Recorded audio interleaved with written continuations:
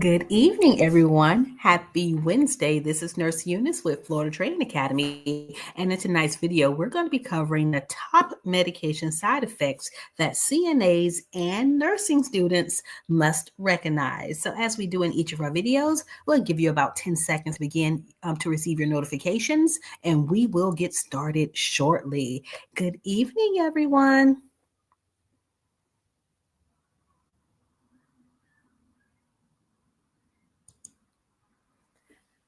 Okay, so welcome to this engaging and informative session on recognizing top medication side effects. As a CNA, you play a vital role in patient care and safety. Understanding common side effects can help you recognize changes in a patient's condition early, allowing for timely interventions and improved patient outcomes. Let's dive in. And looks like we have Jody and Naomi and Jennifer and Sherry. Good evening as everyone joins the live stream. All right, so why should a CNA care about the medications their patients are taking? The reason that this is important is because medications can cause unintended effects that impact the patient's well-being. And CNAs are often the first to notice the subtle changes in a patient's condition. Early recognition of side effects can prevent serious complications. And of course, by you being an awesome CNA, you can notify that nurse so that patient can receive timely treatment. So whenever you are ready, if you have pen and paper, that is wonderful. If not, just go back and watch the video again. I'm not giving you the names of the medications in abundance. What I'm telling you is the type of medications, what their actions are, and what you need to look out for. So we have medications that cause drowsiness and sedation. And so that would be common with pain medication and muscle relaxants. So if we give someone too much pain medication, they could become so relaxed until they stop breathing. So that's why you doing that assessment, you doing the vital signs are so important, because the patient may not be sleeping well or resting well. They could actually be in respiratory distress or failure. So go in there and check on your patient. So dizziness and lightheadedness are side effects of blood pressure medications. Nausea and vomiting, that can happen with antibiotics and pain relievers. And so if we know that a medication causes gastric upset, there's usually going to be a label on the bottle that the nurse will be reading that says to give with meals. So if a patient is nauseated and they need to vomit after they've taken a medication, chances are that medication was not supposed to be given on an empty stomach. The other end is diarrhea and constipation. Yes. So if it's not making you sick one way, an unintended effect, it could cause you to actually start having some GI distress in the lower region. And so some medications, such as antibiotics and opioids or pain medications, can cause the diarrhea and constipation. And don't forget that some antibiotics cannot be given with dairy products. And I know as a CNA, you're not, really thinking about it. You have a patient who is sick. They may have some type of infection. They're on antibiotics and they're telling you their stomach hurts all the time, but you see a dairy product. I want you to start putting two and two together and just go nicely ask the nurse a question. We are here to help you understand what's going on with your patients. Dry mouth, that is common with antidepressants and antihistamines. How to reverse or prevent dry mouth? We encourage fluids. Confusion or disorientation. You have a patient who was previously alert and able to answer all of your questions, and now we've given them a medication and they are not as sharp as they were. Well, that can be caused due to sedatives. Maybe they just came out of surgery and the anesthesia is still in their system. It can be caused by pain medication and also by psychiatric drugs. Low blood pressure, also known as hypotension. Of course, that could be caused by blood pressure medications, but it could also be caused by diuretics. A diuretic is a medication that actually removes excess fluid, so it causes your patients to urinate. Did you know that certain medicines can make you swell? It can make you actually become edematous. And so that's usually caused by steroids and certain heart medications. Rash and allergic reactions. Oh my, I have a friend who's allergic to almost everything. So some patients may develop a mild rash, so they can start itching, they can have some localized irritation, but a hive, that's when it's more severe. So that's more systemic. And if they go into anaphylaxis, that's when their throat starts to close up, their face becomes flush. That is a medical emergency. So not all rashes are treated the same. Some are more important, or excuse me, some require more intervention than others. Let's talk about excessive bleeding and bruising. So, patients with a history of cardiac issues or strokes, they're often going to be prescribed blood thinners. So, a simple, something that thins the blood that we don't even think about is an aspirin. So, an aspirin could be a blood thinner. That's why we don't allow you as a CNA to trim toenails, to clip any toes, because if you're clipping your patient's fingernails or toes, you can accidentally clip and injure them. And if they're on the blood thinner or an aspirin, they could bleed. All right, so now that you know some of the common side effects of medications, what do you do as a CNA? And yes, we're going to get into our practice test shortly. All right, we're going to observe and document. So note the changes and report them promptly. You need to communicate this with the nurse, because especially if the side effects are severe or if you have a concern. My thought process, these patients, now they're taking these medications, they're going to be less alert, they're going to be at a higher risk of falls. So help to prevent the fall. Lowest position, prevent dehydration by offering fluids, and monitor for worsening of symptoms. And don't forget to provide comfort measures. We talked about offering water. If we're talking about a person whose legs are edematous because they have, just doesn't mean turn your patient every 2 hours. It means if you see something that doesn't look right, or if a patient's complaining of pain, you could elevate it on a pillow and then provide hygiene as needed. All right, so here we go, team. I know this is the part that you all are waiting for. We're going to do some questions. Let's see how well you do. So, question number 1. A patient taking a narcotic pain reliever previously reported feeling dizzy when standing. Hours later, what should the CNA do before reattempting to get the patient out of bed? All right, so are you going to A, encourage the patient to walk more often, B, offer the patient more fluids, C, assist the patient to stand slowly and provide support, or D, tell the patient to avoid taking the medication? So this patient's taking a medication that makes them feel dizzy. How many patients are taking medications that make them feel dizzy? A lot, right? So what is the best response by a CNA? All right, so revealing the answer in 3, 2, and you have it right, everybody. We allow them to dangle at the edge of the bed. So the best response is C. Assist the patient to stand slowly and provide support. So sit them at the edge of the bed for a minute or two. That gives you time to put on their shoes, to make sure that they have on the slip-resistant socks. And so narcotics can cause dizziness and lightheadedness due to low blood pressure. Don't forget your blood pressure medications. So assisting the patient safely reduces the risk of falls. If they become dizzy while you have them sitting up along the side of the bed, don't get them up. Put them back in the bed, call the nurse. Put them back in the bed, notify the nurse, and more than likely when the nurse gets there, she's going to ask you to do another set of vital signs. So that's how we would handle a patient who has dizziness upon standing.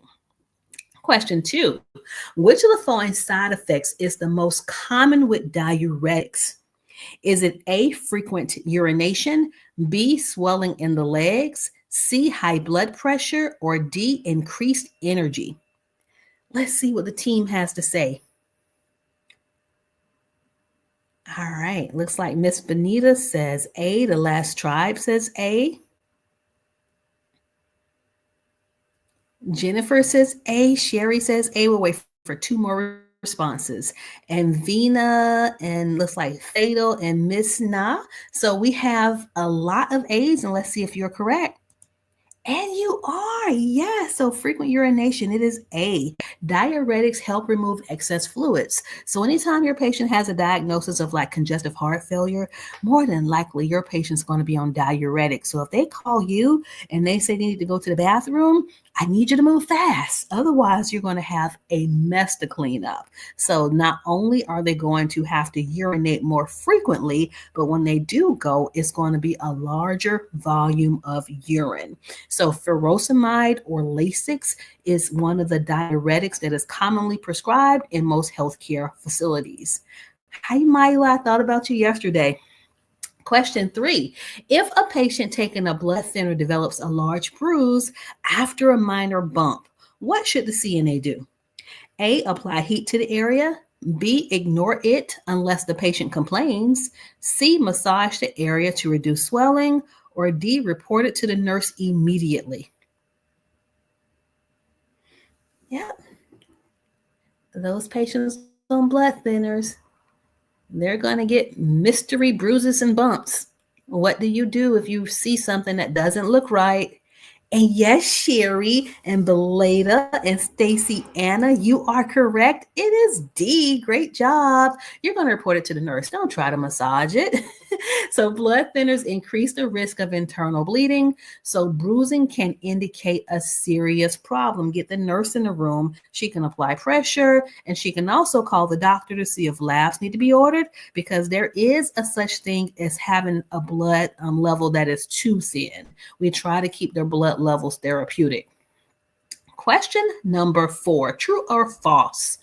All patients taking antidepressants will experience dry mouth. What do you think, team? True or false? Hey, T, it's your first live. Welcome. All right, true or false? What do you think?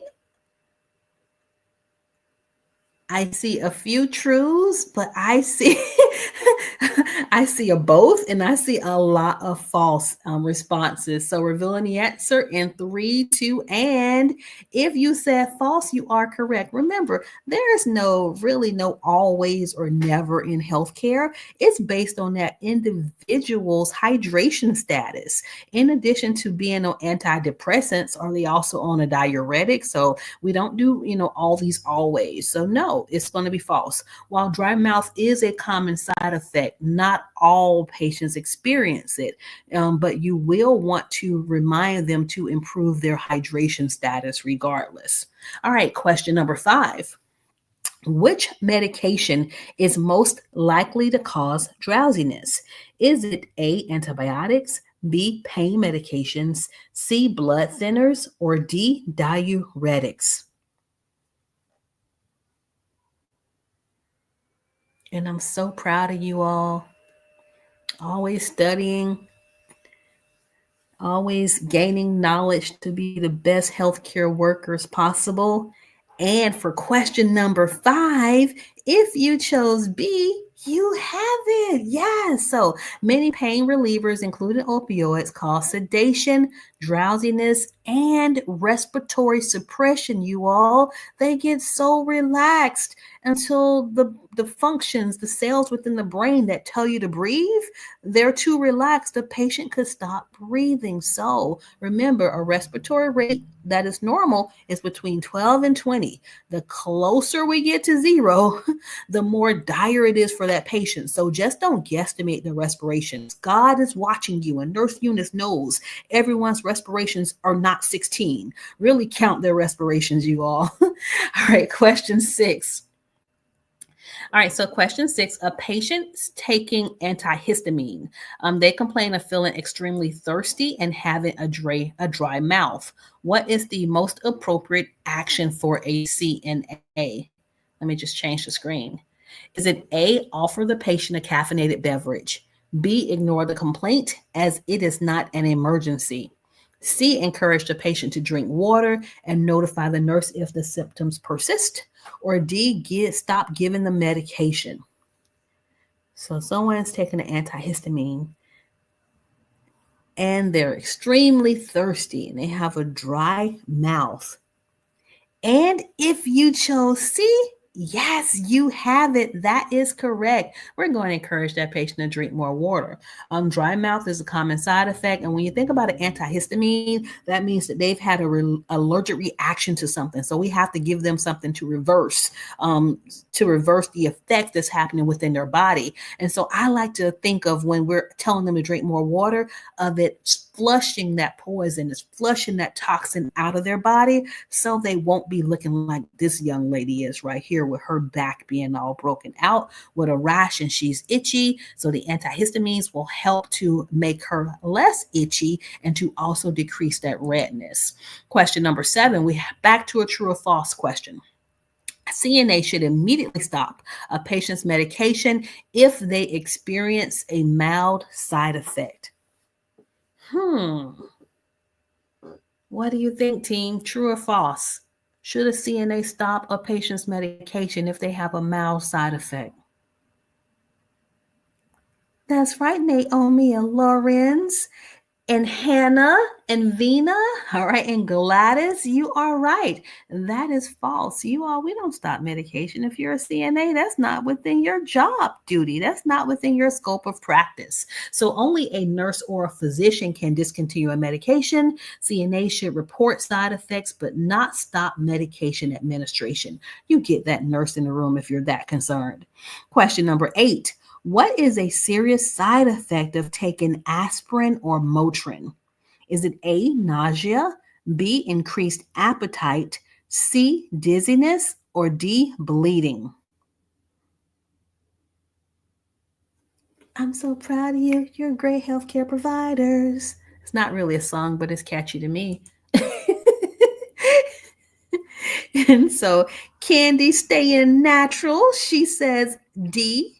And Princess and Miss Bonita, we have a couple of C's and we have some D's. Oh my. So you all, unless they just took a whole bunch of aspirin and Motrin, dizziness is usually not a common side effect, but bleeding is. So those medications can thin the blood, they prevent clotting, and it increase the risk of excessive bleeding from minor injuries, such as when you're in there brushing their teeth. If you're brushing their teeth, you notice their gums are bleeding. Maybe the next time you provide the care, you don't want to use a toothbrush. You want to use an oral swab instead. And don't forget to let your nurse know. Question number 9. A patient taking steroids reports swelling in their legs and hands. What is the likely cause? Would it be inflammation, cellulitis, edema, or increased energy? And if you don't know about me, I trick you all. I tell you that, hey, we're going to review for the CNA examination. And then I start throwing in content that is pre-nursing because, baby, you're on your way to nursing school. I'm going to keep feeding you little nuggets and little tidbits to not only help you pass your CNA test, but to help you be better caregivers when you're out in the real world and to prepare you for your NCLEX, your nursing examinations. So we're going to learn new terminology. And if you chose C, yes, it is edema. Cellulitis is infection. So no, it wasn't. It is edema, but it's edema related to like infection. Whenever someone's taking a steroid, they begin to swell. They begin to retain fluid. So steroids can cause fluid retention, leading to swelling in the extremities. And something else that it may not be as important for you now because you're a CNA, but just know that steroids can impact blood sugar levels. So sometimes even if a patient wasn't a diabetic, if we start them on steroids to decrease inflammation or to, maybe to improve their lung function, you may see that we start checking their blood glucose levels more often. So just keep that in mind. Steroids cause swelling and it can make the blood sugar levels higher than normal. Here we go, team. Question 10, true or false? Narcotic pain medications can cause constipation. True or false? And if you've ever had a surgery or an injury and you have been prescribed a narcotic, then you know the answer to this question is yes, it is. I see a lot of truths. It is true, you all. It is horrible. You're trying to treat pain, but because the GI tract, the intestines, remember they're relaxed because you're taking these muscle relaxers, you're taking this pain medication, and they're laying in the bed, so they're not moving. That means the gut isn't moving either. And so the food that they're eating is just accumulating. That stool is getting hard. And so it is true that pain medications, they slow down the digestive tract and they also cause constipation. So we want to give them fluids, we want to get them up and move them around, and more than likely the doctor has already ordered a stool softener. And with all of that, if that doesn't work, we're going to make sure that the nurse is made aware so that she can call the doctor to get an order for a laxative because we need them to move their bowels. Question 11. A patient taking an antipsychotic medication starts experiencing severe muscle stiffness and difficulty swallowing. What should the CNA do? A, encourage the patient to rest. B, offer water and crackers. C, report to the nurse immediately. Or D, apply a warm compress. And this one's so easy. We know that patient had a change in condition, so we're not going to do anything other than stay with them and call that nurse. So let's look at this right here, you all. So the answer C, as you all are aware, when people are taking antipsychotic medications, yes, they can treat the psychosis or their episode, but it can also cause a serious reaction. And we call that a neuroleptic malignant syndrome, in which they can get tachycardia or their heart rate can increase. They start having these tremors. They're confused. Diaphoresis means that they start sweating. And it's just really, really awkward. It's awkward for the patient. They can't control their movements. They're confused. Get the nurse in the room so we can get that doctor called right away. Question 12, true or false? Blood pressure medications can sometimes cause dizziness or fainting. Can a blood pressure medicine make a patient faint? What do you think? Yep, you have it right. You have it, team. That response to number 12 is true. Look, if the blood pressure is low, what is carried in the blood? Oxygen. What does the brain need? The brain needs oxygen. So yes, the blood pressure can get so low until the patient faints. So many blood pressure medications lower blood pressure too much, and that can cause dizziness or fainting. And look at that blood pressure on the screen, you all. It is 82/56. So the systolic is 82, the diastolic is 56, and I want someone to put it into the chat. What is the normal range for the systolic and for the diastolic blood pressures? Let's see if you remember before we go further, because these patients get sick fast, and I don't want you trying to figure it out while your patient's there about to pass out and you're like, is this blood pressure normal? So put it in the chat. Let me see what you have. Oh, Mila was fast. And Sydney, you're so awesome. Good luck on your test tomorrow, Sydney. That is right. And so everyone gave me the systolic over the diastolic, but the systolic has its own range and the diastolic has its own range. So someone give me the range for the systolic by itself and the range for the diastolic by itself. We know that 120/80 is quote unquote a normal blood pressure, but just for the systolic, what is the normal range? All right, let me see. I may have to put it in the chat for you. SBP is what we refer to as systolic blood pressure. What's the range for that? And then what is the range for the DBP, the diastolic blood pressure? Oh, I know you're using your phones. You're going to Google, but I don't want to see 120/80. I need to see the individual ranges for the different pressures. Oh, fabulous. Congratulations. I'm so proud of you. Oh, we got it. Aaliyah gave me 50/80 for diastolic and also 100 to 120 for the systolic.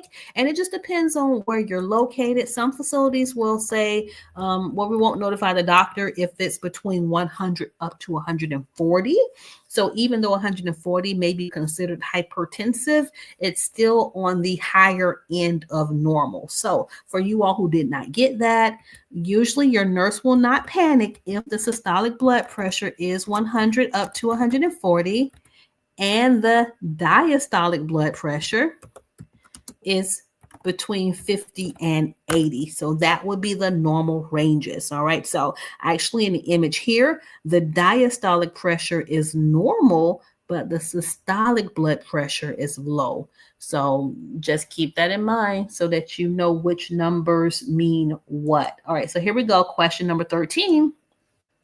A patient taking a diuretic complains of muscle cramps and weakness. What could be the cause? Is it A, too much fluid in the body, B, high sodium levels, C, poor circulation, or D, low potassium levels? Right. What would cause muscle cramps in someone who is taking a diuretic, a water pill? I'm so proud of you, Van and T and Hannah and Mila and Naomi. I'm so proud of you. You all must know that whenever we give someone potassium just doesn't, whenever we give someone a diuretic, it just doesn't pull out the excess fluids. It also pulls out electrolytes such as potassium. So the patient would end up having a lower potassium level, as evidenced by those leg cramps. So diuretics can lead to electrolyte imbalances, causing muscle cramps and weaknesses. And over here we have an image that shows you all of the foods that are rich in potassium. But you know what? The wonderful things about your doctors, they are so freaking awesome, is that whenever they give someone a diuretic, they will normally also prescribe them a potassium supplement. So they would have a pill. Now, if the patient refuses to take it, that's something totally different. But the doctors try to be proactive since we know that a diuretic will pull the potassium out of the body also. Question 14. A patient taking insulin for diabetes suddenly becomes confused and sweaty. What is the best action for a CNA? Is it A, give the patient a glass of water, B, call the doctor, C, call the dietitian, or D, call the nurse?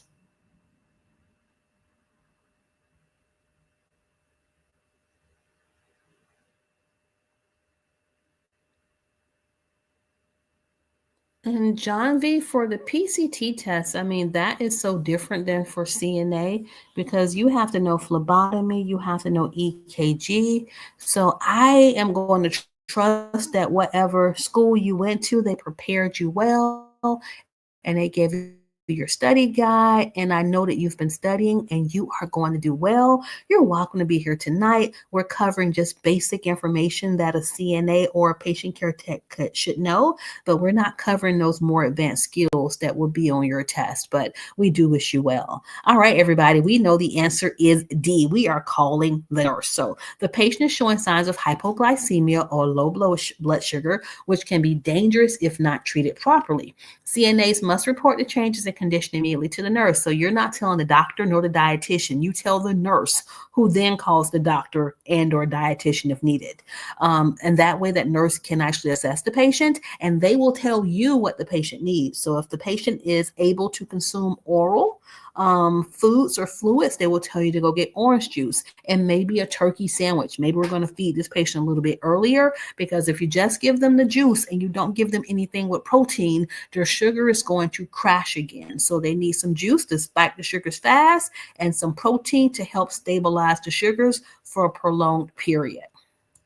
Question 15, true or false? Antidepressants can cause changes in weight and appetite. All right, what do you know about a patient who is depressed and now they are taking an antidepressant and they're happy? So, is it possible that they can have a change in their weight and appetite? And if you said true, you are right. We're going to call that happy weight. So, some antidepressants can cause weight gain or loss, as well as changes in appetite. So, you just support the patient throughout because here it is. They finally feel better, but now they may be unhappy because they gained 5 pounds. So, we're trying to just support them in whatever way we can to make sure that they feel better and that they can leave our facility and go back and have quality of life. Question 16. A patient taking opioids for pain reports severe constipation. After notifying the nurse, what do you do as the CNA? Is it A, encourage fluid intake? B, give the patient a laxative? C, ignore the symptom as it is common? Or D, offer the patient caffeinated drinks?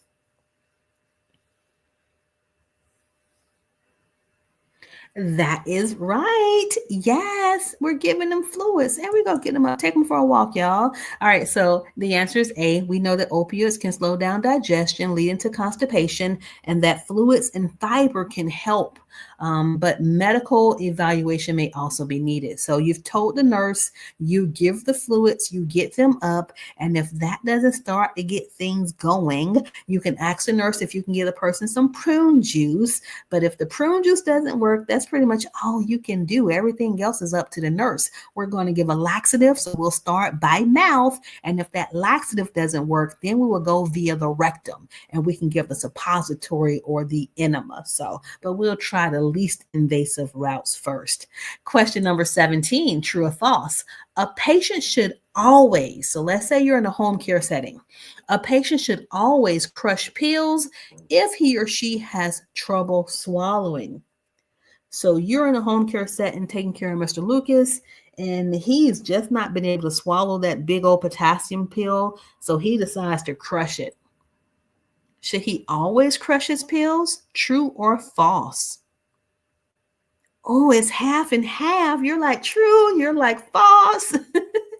All right, everybody. The answer is false. They shouldn't be crushing their pills. We need to let the doctor know. We need to know. You're going to let the nurse know who's going to let the doctor know, because maybe we can go ahead and get that medication in a liquid form, because some of your medications are time release. And so if they're crushing it, they're getting a full dose of that medication within an hour versus over the extended release time, which could be 8 or 12 hours. So we do not crush every medication, and that patient in the home care setting shouldn't be doing so either. Question number 18. A patient taking antibiotics begins experiencing nausea, diarrhea, and a mild rash. What is the best way for the CNA to assist the patient? A, encourage fluid intake to prevent dehydration. B, observe for worsening symptoms and report concerns if needed. C, assist with perineal care if diarrhea occurs frequently. Or D, all of the above.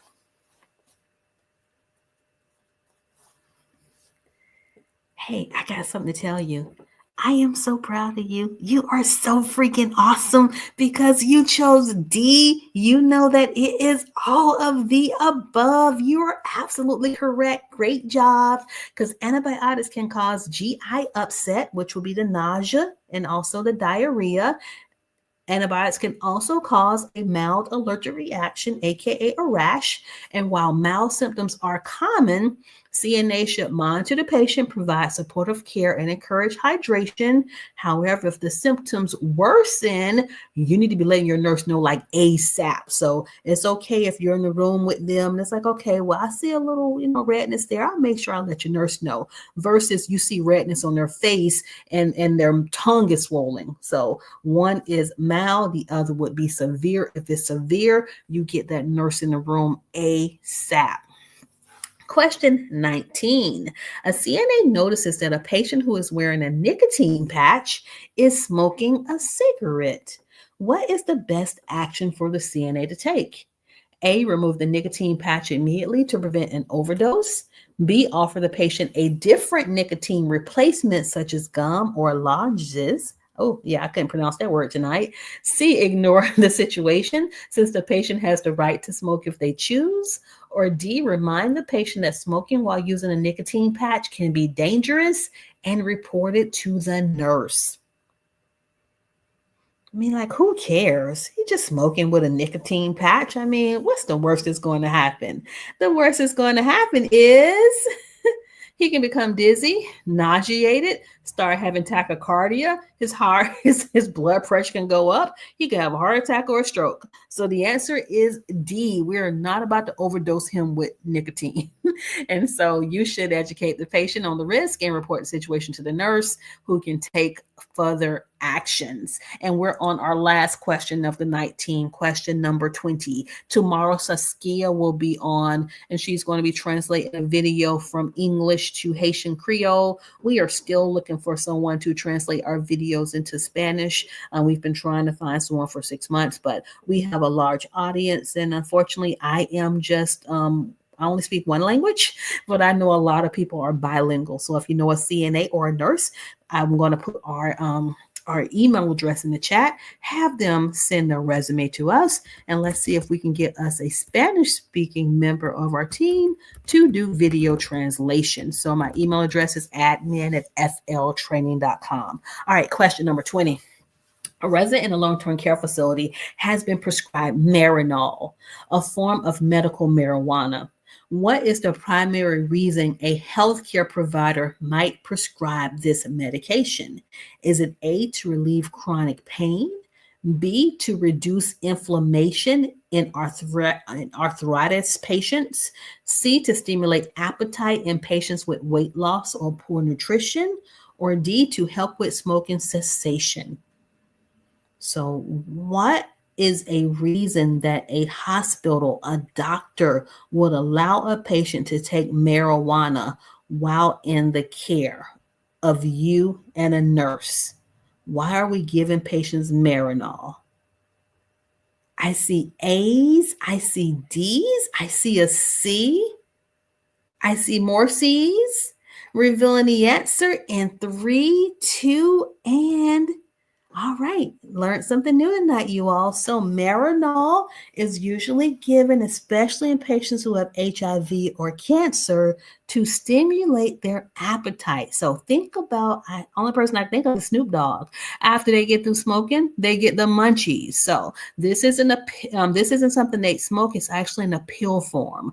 But Marinol is an FDA-approved medication derived from synthetic THC. It's commonly prescribed to stimulate appetite in patients experiencing weight loss due to conditions such as cancer, HIV, and other chronic illnesses. It can also help with nausea and vomiting associated with chemotherapy. So in this case, Marinol is not given for pain, it's given to give them the munchies so they will eat more. All right, so you all, I am so proud of you.